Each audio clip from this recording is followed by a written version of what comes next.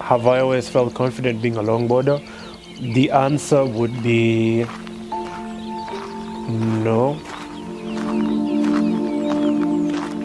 I wish I was passionate about being a lawyer or something or whatever, but I can't. I like longboarding. I like doing what I'm doing, and that might not result in, a life where I'm very wealthy or very well off or I have a high standard of living. So yeah, that's something that's, I guess, kind of been tough to accept and frustrating as well.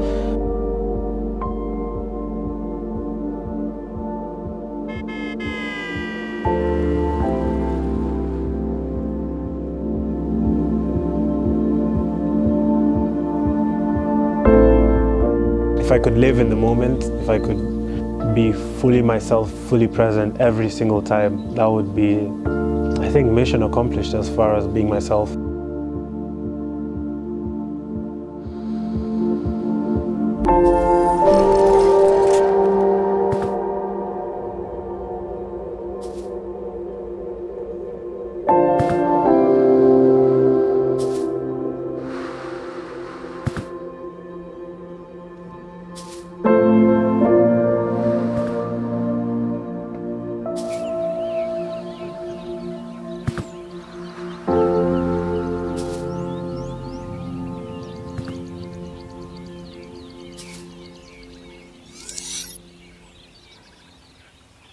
My favorite thing that has come as a result of accepting myself is just being okay with whatever happens,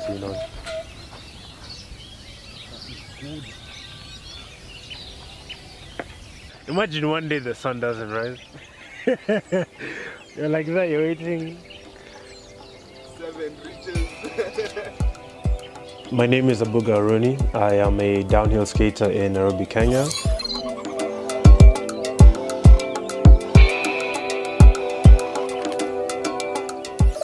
Being Kenyan to me just means keeping moving forward, if that makes sense, because Kenyans have to deal with a lot, but they have this never give up attitude and this attitude of just accepting things and moving on.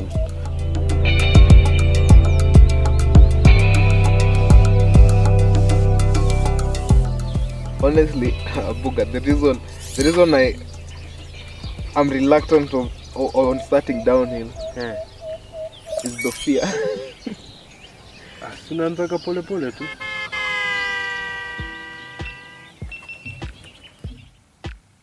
lot of people know me for Downhill 254, which is a brand that talks a lot about longboarding and really serves as an entry point for beginners in terms of information and stuff like that. Okay, so what should you know before trying to do this slide? So before trying this slide, you should already know how to carve and how to slow down through either foot braking or doing a push-up, Coleman, or a some things that I never really accepted about myself that I'm now confident to share.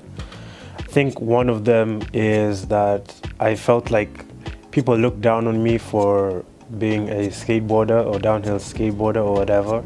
They thought it was weird, but I'm just happy to share that with others, and whether I'm judged or loved for it doesn't really matter.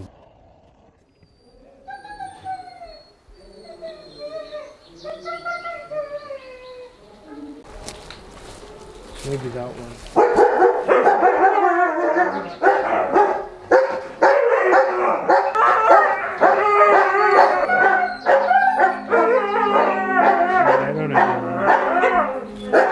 I don't know any of these dogs.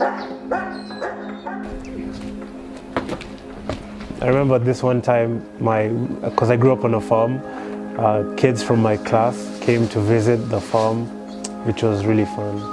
It was a field trip. The school wanted the kids to see a farm, so they heard that we have a farm at home, so the teacher called my mom.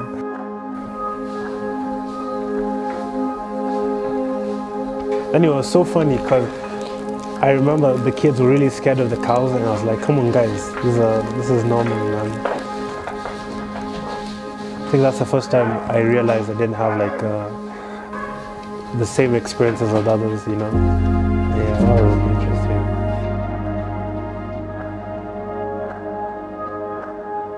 As a kid, I was me, I just did what I liked. I talked how I liked. I was how I was. And, it's not that I was confident, it's just that I was me. I didn't care.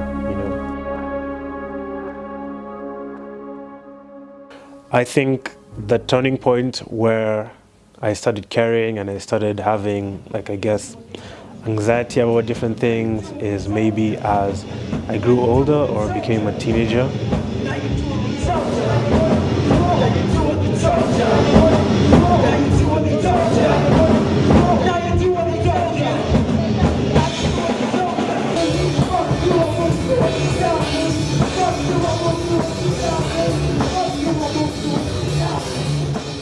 So my name is Jai. I'm Abuga's older brother. I am a lawyer, a musician. I play guitar in Crystal Axis. Yeah, we started a band together, which is really cool. I was the drummer. I was really young when it started, and it exposed me to a lot of things.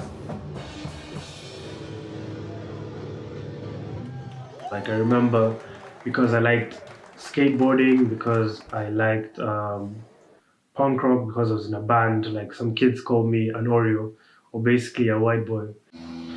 The idea that I had to change myself to fit in a little bit or not share my interests gave me the idea that I wasn't good enough as I was. I didn't realize that, if you don't get along with a certain group of people, just being who you are, that's okay. There are going to be other people that you get along with, That's just something that I've learned with time and reflection.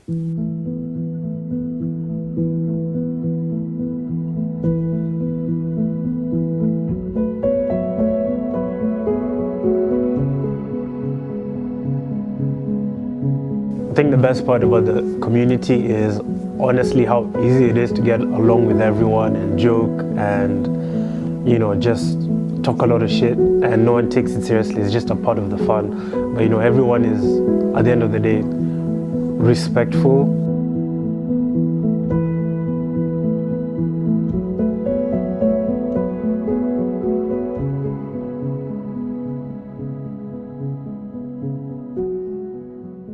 The nice thing about longboarding, or the nice thing about activities, is when you're doing it, and this is also something I found when I was in the UK studying, and where I actually studied skating as well. From the act of skating alone and from having a community as well, I met people of so many backgrounds. I met a friend who was 50 years old and listened to heavy metal. I met someone who was an engineering student. Just people of really different, diverse backgrounds that I would never have met otherwise from me just living my life and not skating.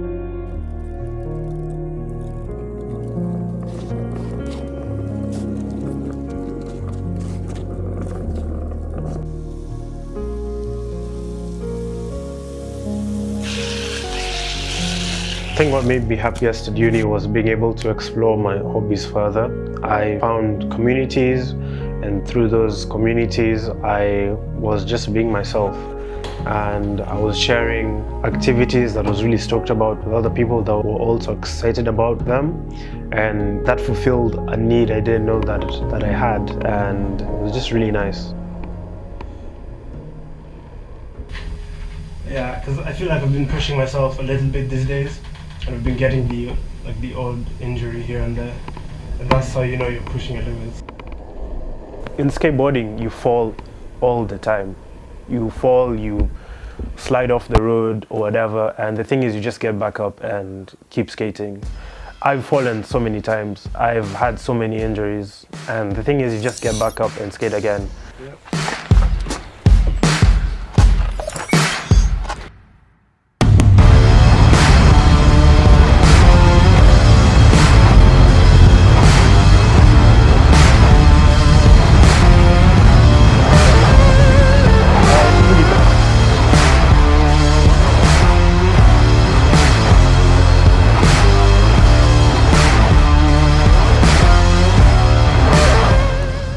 Skating does have the potential to stop your mind from racing and really drag you into the moment.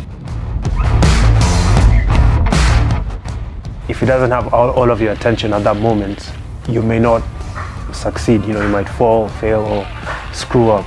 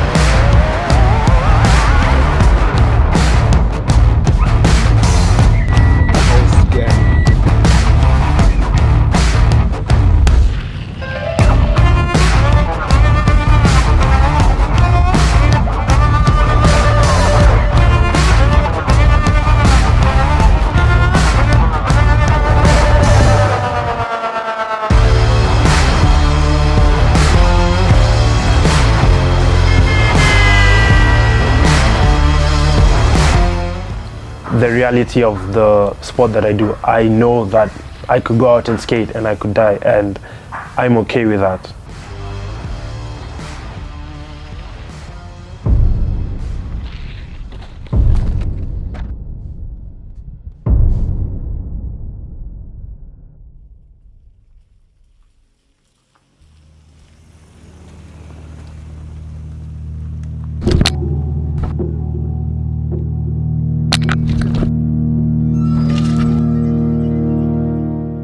The motorcycle guy, his helmet had flown off and he had hit the car. I didn't know how I could survive that. To look back, he was on the ground. I was like, I may have really hurt someone. My heart was racing.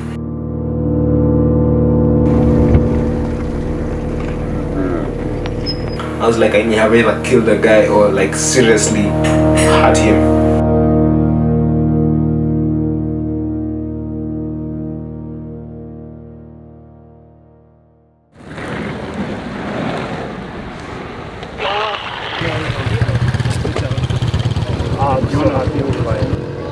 Hey, dude. Hand or something.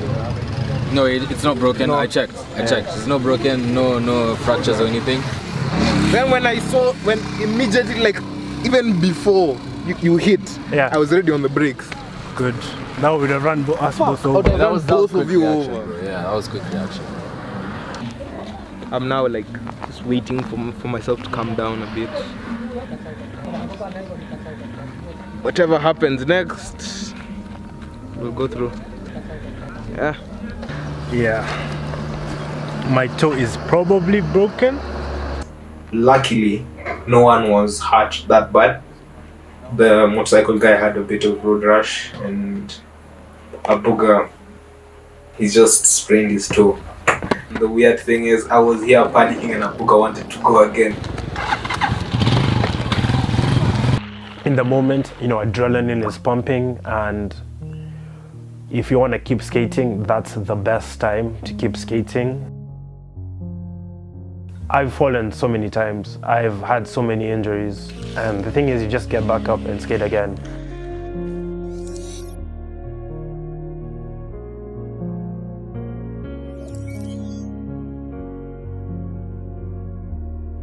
After finishing uni, I knew I didn't want to become a pilot. I had like a big fight with my mom during like my uni years about not wanting to continue aviation. You know how African parents are. It's either you're a lawyer, doctor, architect, engineer, that sort of thing.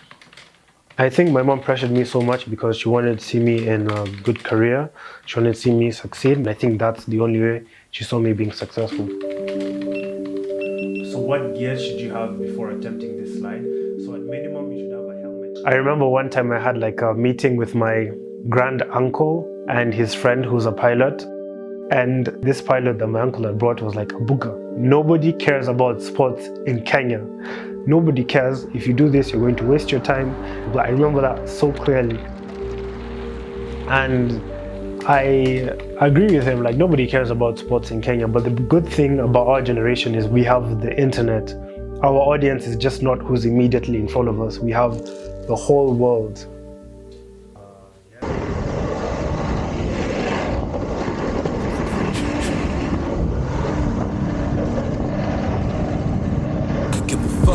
What they want no more. I do it for my soul, found peace on my own. You insane when you alone, fucking me when I'm wrong, yeah. I'll do me, I'll roam. To each his own. I'm in my zone, shit. And everywhere I go is home. Cross the ocean at the age of 4. I'd say it's a little bit fulfilling when I put out a video or someone else watches my videos and then comes to me like through Instagram or Facebook or whatever, and it's like, hey man, I just want to say thank you so much for the videos you make, and it just really helped me so much. Or I got into downhill skating because of you.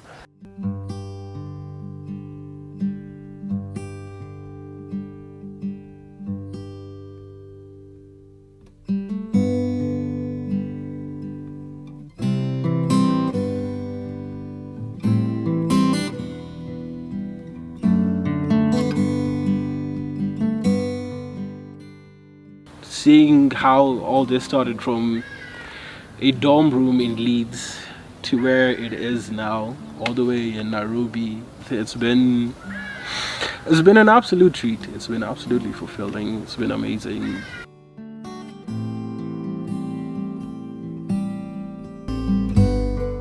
My dream for the future, if everything worked out perfectly, is Downhill 254 would be my full-time job.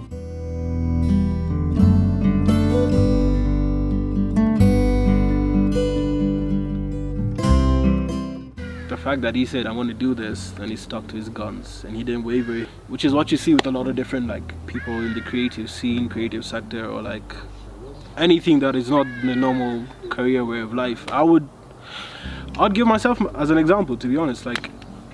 I do want to do music full time. I want to do this for a living, but I did get a job in January, and I was like, that is guaranteed income. I'm gonna take this. I know my music is gonna suffer, which it has, but I took it. Whereas he, on the other hand, has been like, this is what I'm doing, this is what I'm about, this is why I'm here, this is what I'm pushing on with. And that in itself has been amazing to see, because it has proven to be an inspiration as it is.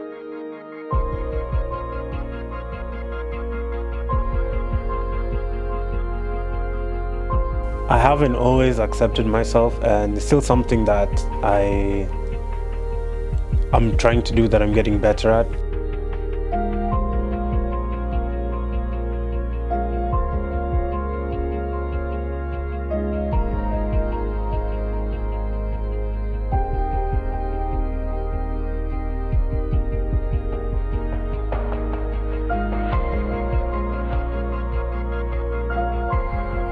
It's just nice getting to wake up and be excited about what I get to do.